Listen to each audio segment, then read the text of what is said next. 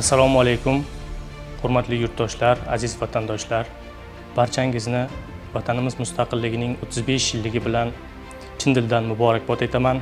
Bugun biz ota-bobolarimiz orzu qilgan ozod va obod mamlakatda emin-erkin yashab, ijod qilib faoliyat olib boryapmiz. Albatta, bu kunlarning qadriga barchamiz yetishimiz lozim hamda mana shu mustaqillikning yanada mustahkam bo'lishiga har birimiz o'z hissamizni qo'shishimiz zarur.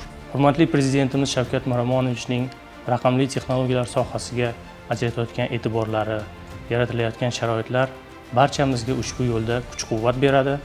Ishonchim komilki, yagona vatan, yagona xalq bo'lib, yangi hayot va kelajak barpo etamiz. Barchangizni mustaqillikning 35 yilligi bilan yana bir bor chin dildan muborakbod etaman.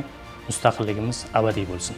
Yurtimizda amalga oshirilayotgan islohotlar, raqamli texnologiyalar va sun'iy intellekt sohasidagi jadal rivojlanishlar vatanimiz taraqqiyotida yangi bosqichga olib chiqmoqda. Ushbu qutlug' ayyom barchangizga mustahkam sog'lik, oilaviy hamjihatlik va mamlakatimiz ravnaqi yo'lida mas'uliyatli faoliyatingizga ulkan zafarlar tilayman. Yurtimiz tinch, osmonimiz musaffo, mustaqilligimiz abadiy bo'lsin.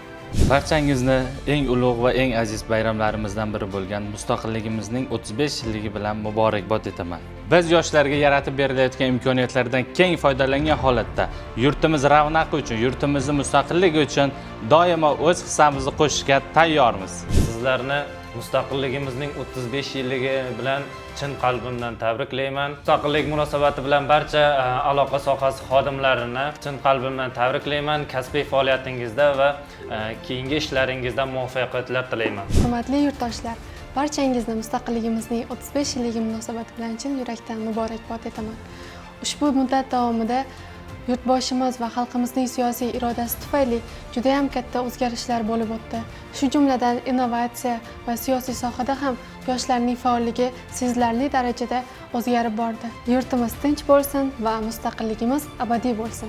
Bugun shuni intellekt tadqiqotlar institutida ishlar ekanman va umid qilamanki, mamlakatimizning ertangi taraqqiyoti, bilimi, ilm-fan va zamonaviy texnologiyalar va salohiyati yoshlar bilan chambarlash bilan bog'liq. Yurtimiz, xalqimiz farovon, ilm-fanimiz va texnologik salohiyatimiz yuksak bo'lsin.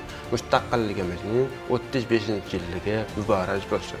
Katta yo'lga chiqqan bir mamlakat sifatida katta maqsadlar bilan olg'a qadam tashlamoqdamiz.